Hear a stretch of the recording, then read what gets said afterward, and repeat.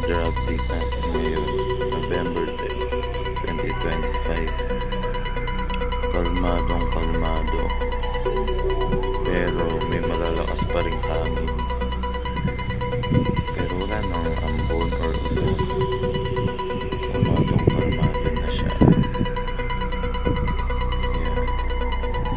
Sana magtuloy-tuloy para makaluwas na ng Makati.